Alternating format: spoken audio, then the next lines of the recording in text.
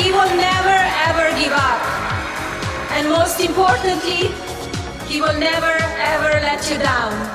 Never gonna give you up, never gonna let you down, never gonna run around and desert you. But after watching that performance last night, such lies, I don't have to be so nice anymore. I'm taking the gloves off, right? Yes? Ride the rainbow, rock the sky. The Second Amendment includes an individual right to bear arms. Yes, but that right, like every other of our rights, our First Amendment rights, every right that we have is open to and even subject to reasonable regulation. Silence! Give me back my bullets. Put 'em back where they belong. I mean, I knew that there was corruption, but the level of corruption throughout the political system is overwhelming.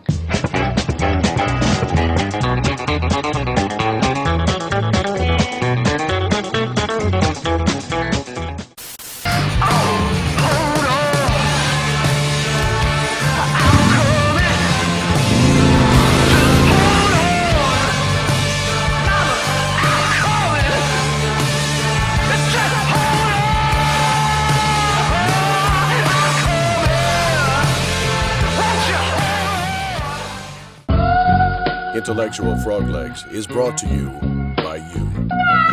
You know, I honestly believe strongly that Donald Trump is going to win in November. And you know what? The only reason I tell you that is because 4 years ago, I believed strongly that Romney would win too. So much for my prognosticating. So the truth is, I don't know. You don't know. And these overpaid pundits on TV, hell, they've been wrong about everything.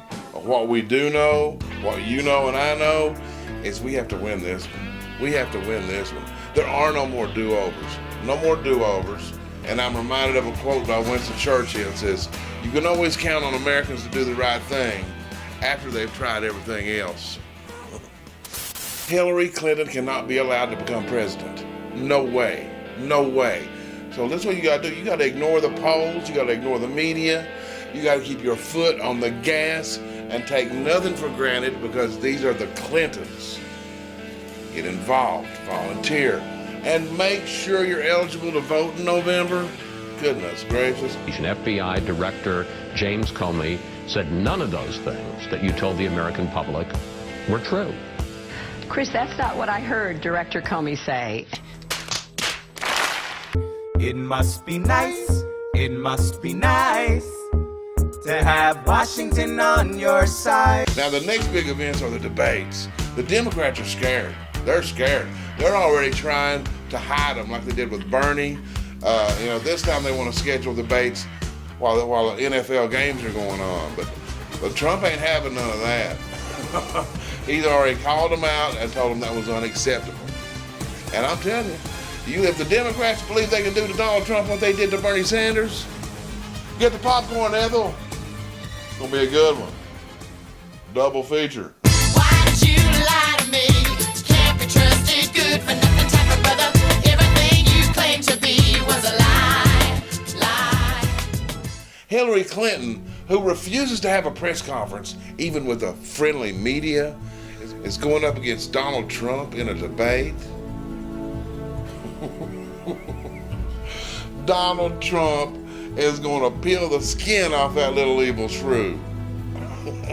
and the next morning, the media will cry, of course, in unison, about how mean Donald Trump was to poor little Hillary. He's not well right now. And that's a prognostication that I'll stand by.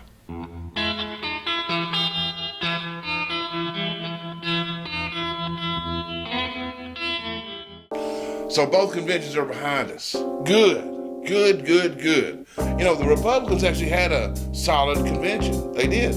Because with the exception of a brief never Trump tantrum and poor old Ted Cruz making a public spectacle of himself, the party's unified. You got a record number of voters, but See, Trump talked about reality. He talked about the economy and the border and terrorism, jobs and GDP and tax rates and trade. But on the flip side, Hillary Clinton talks to the American people like they're in kindergarten. We're stronger together. Hold my hand. Hold my hand. Hold my hand, mijito. Strike the pose. The difference between the Democrat and Republican conventions was night and day. The Democrats partnered up with their Hollywood buddies and portrayed some fantasyland America where the only problems are climate change and social injustice and guns and white people. But aside from that, everything's awesome. The economy's fine, our national security's fine, our borders are under control. We're a new America where gays and Muslims can cohabitate side by side and ride unicorns.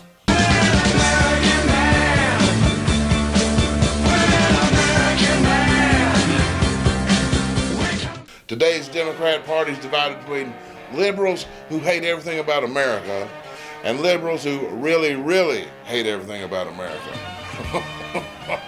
That's true.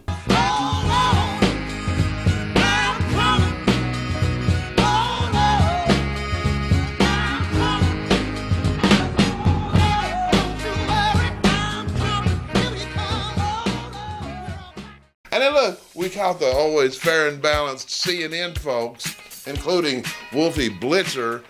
They're having a big time celebrating Hillary's historic night. They don't even try to hide it anymore.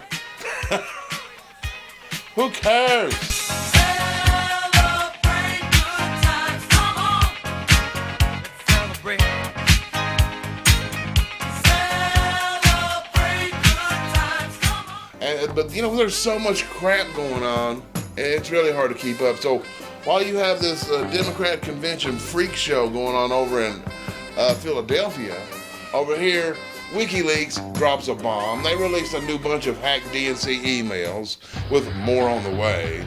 Now, WikiLeaks, it's run by that guy named Julian Assange.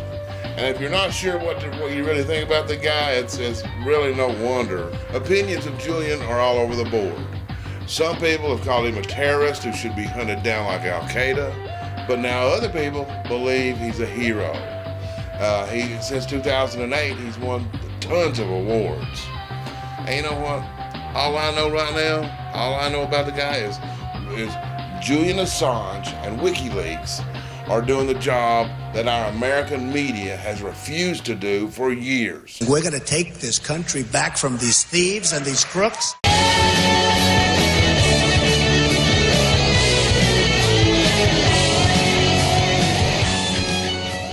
Donald Trump gave such a powerful and inspiring acceptance speech.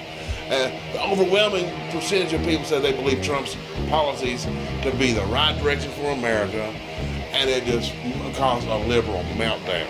But what makes him even crazier was the fact that it was inclusive. And the big media has become comically predictable with their choreographed reactions. You know, they all say the same thing because they all get the same talking points, and none of them deviate from the path. Whether it's ABC or CBS or CNN, this time the theme was Trump's dark speech.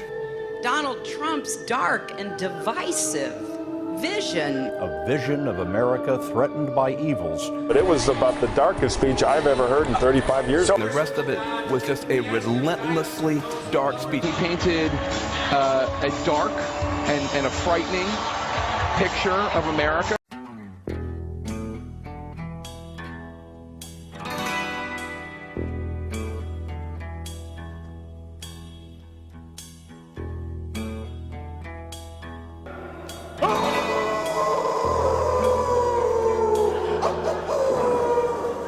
I'm Hillary Clinton, and I approve this message.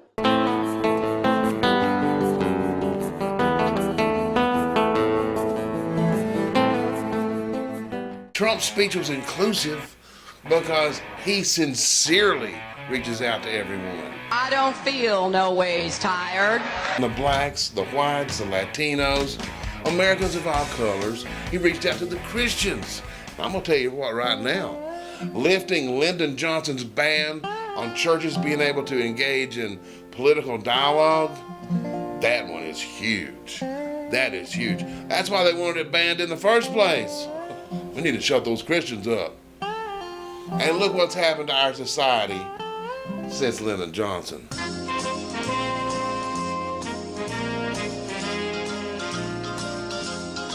But the liberals and the media felt most violated when Donald Trump dared to reach out to the gay community. And he was not pandering when he said he was going to protect the gay community, and he was not protecting them because they were gay. He's protecting them because they are American. Ebony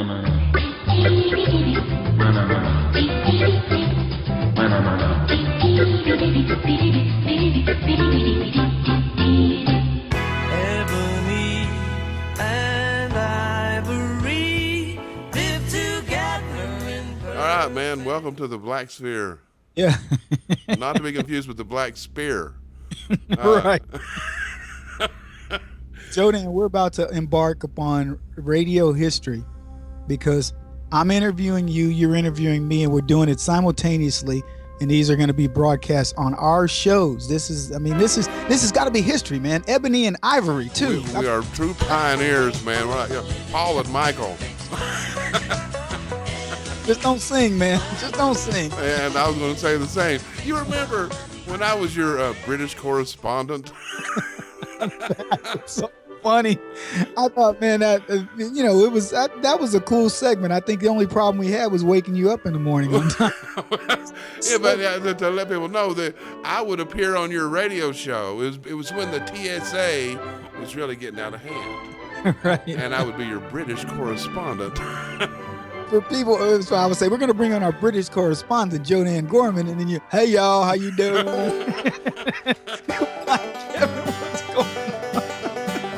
Oh man, that's hilarious. That's hilarious. But anyway, so let's do a welcome here. All right, the dual welcome. The dual welcome. Intellectual Froglegs meets the Black Sphere. Not Spear, because I might have to fricassee your frog legs. Go frog gigging. I want to welcome my buddy Kevin Jackson to Intellectual Froglegs. I'm happy to be here, man. And I'm welcoming Joanne Gorman from Intellectual Froglegs to my radio show. So there you go. How is this possible? Through the technology of today. Now, see, you're going to be on video on my show. Oh, no kidding. Yeah. Okay. So I'm glad you brushed your hair. Yeah. So what have you been focused on, Joanne, in terms of the show? I mean, are we all talking about RNC convention, DNC convention? We're talking about terror. We're talking about Black Lives Matter, right? Well, I think what we're doing over at Froglegs is we're just trying to keep it simple, stupid. We have got to defeat Hillary Clinton. I agree. Period. I mean, and so there's a lot of people out there who need their hands held as you walk them through the landmines of facts. And the Never Trump guys, for example, I don't get these guys. And when you look at WikiLeaks and you see all the lies that have been told, how do you then rationalize, well, I heard Trump is a this or that? And you go, well, where'd you hear it? Did you hear it from the left? Did you hear it from media? They're conspiring together. And, I think Dr. Carson said it right. We all knew that there was a certain level of corruption, but it's at a mind-blowing level. Mind-blowing. But you know what, Joanne? I believe that the average conservative has often thought that this level of corruption was there. We've thought that they've been in cahoots with the media. We've thought that they make up stories and set narratives and send people out to protest. I mean, we see their ads. Now, to the level, when you get a little bit more of an inside peek, what they call inside baseball, I'll say, yes, I was surprised a little bit. But honestly, there was nothing that came out of WikiLeaks that I went, now that's shocking. Yeah, you're right. Absolutely right. You're absolutely right. And that's, that's the thing. Well, with these WikiLeaks, the liberals will say anything. It's the Russians. It's the Russians. Comment, I put out a meme that said, if it was underage prostitute Guatemalan prostitutes, who cares? Whoever leaked it, it doesn't matter. What matters is the content, and the content was damning. And you got to admit, Joe, the timing of this was so cool. I mean, it couldn't be at a better time. No, it was perfect. And you know what? I've never actually listened to Julian Assange. I listened to him last night, and he said some stuff's coming on Hillary. Man, everybody's like, holding their breath over this. And it was funny because he had said it, I don't know, a couple weeks ago. And it was a lot of the stuff that the FBI looked at. And then, when Comey came out and went, okay, no harm, no foul. Yes, I see a lot of crap, but, and we didn't get what we wanted. Then it was like, next thing he says, well, I'm going to drop something else. I'm like, man, everybody's kind of like, well, who cares? She ain't going anywhere. We all lost hope. But this one, I got to tell you, man, I'm re-innovated. I'm invigorated. Oh, yeah. I can't say. And with that, with Director Comey, it still blows me away. Okay, she's guilty of that, she's guilty of this, she's guilty of that, she's guilty of this. But we don't think she meant any harm, so we're going to let her go. Right, the intent, and the Republicans did a good job of ripping that to shreds. And here's the end game there, JD, is the public now sees Hillary Clinton as a blatant liar. All you need is love. All you need is love. All you need is love. Because my biggest complaint in the conservative movement is guys like you should be bigger. And I used to love having you on the show. Seriously, I did. I thought you were, because people hear your accent and they go, there's this dumb hillbilly, And I would read your stuff, man. It was just truly some amazing content.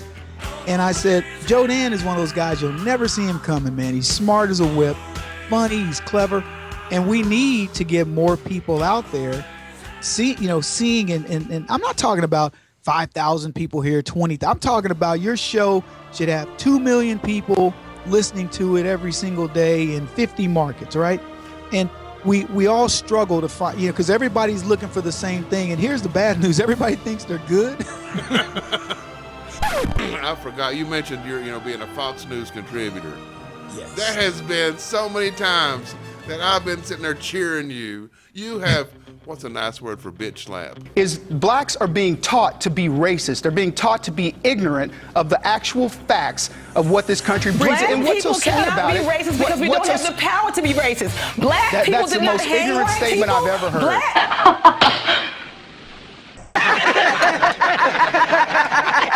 My thing is conservatism sells. And the problem is we have terrible salesmen. We have people that can't sell the concept of, you should close your borders. I always ask liberals, do you lock your house? Well, yeah, then why can't we close our borders?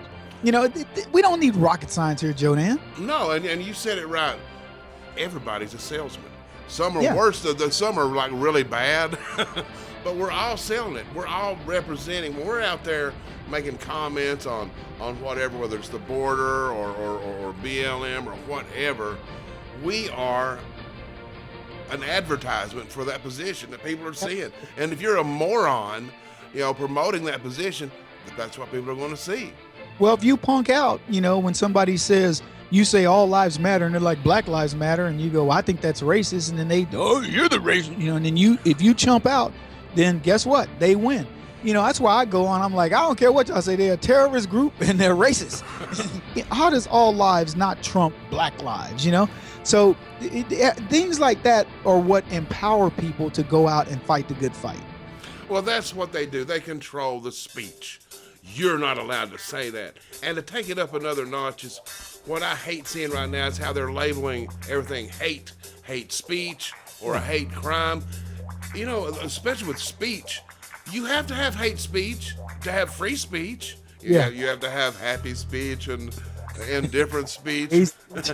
But then with the hate crimes, are you not implying a motive immediately on that crime before there's been a trial when you call it a hate crime? Well, the problem with hate crimes is they're monolith, they're one directional, they're unidirectional.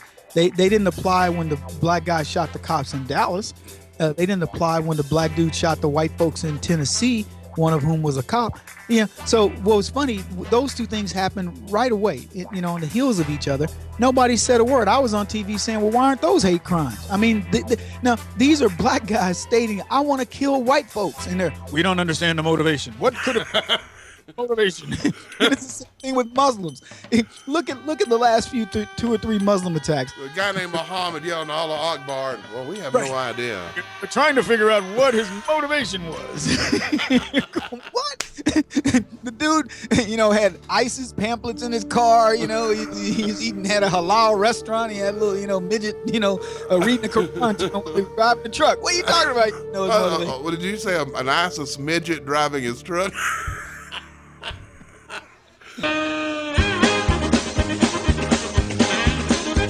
Ladies and gentlemen, that's why I love Kevin Jackson. Right there. I love picking on midgets because that's the one group that it seems like the left just doesn't care about. Oh, but did they not have my favorite congressman ever, Hank Johnson? Wasn't he at the DNC last night? Anyway, he had a big speech about the M word when they were talking about midgets. You remember that? Do you remember that? That was funny. In a cage fight, a giant in with a midget. I have found that the use of the the use of the M word is no longer socially acceptable. Now, he did. This guy, and then he had that speech about, your chairman, imagine a world without balloons. And he talks slower than I do. And of course, he was the one that had the classic line about the island will capsize. Yeah, but, Guam, if you bring too many people, will it tip over? And the funny thing is the military guy sitting there, and he doesn't laugh. Right. And he's like, we don't anticipate that happening. That it will tip over and capsize. We don't anticipate that. One of the reasons I really like Mike Pence is that before he got involved in politics, he was quite the cartoon actor in Johnny Quest. He played Race Bannon,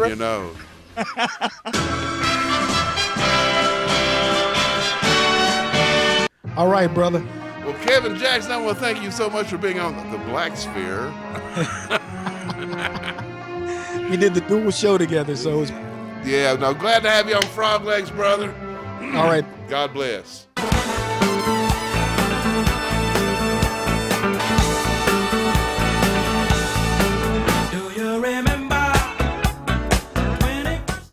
I want to thank you guys so much for being here, and a special thanks to Kevin Jackson for popping over.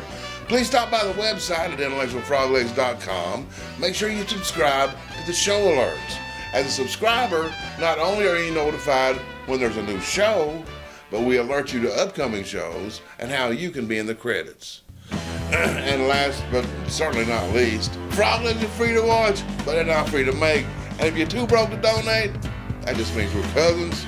But seriously, Intellectual Froglegs is 100% funded by you guys, and I'm proud of that. I'm really proud of that. And that's what our professional announcer guy means when he says, Intellectual Froglegs is brought to you by you. Anyway, please share the show with everybody you can. Facebook it, tweet it, email it. Hell, tie a floppy disk to a pigeon. And just make sure you share it. Don't make me send Chuck Woolery after you. He knows where you live. And I hope you come back for the next exciting episode of Intellectual Froglegs. God bless.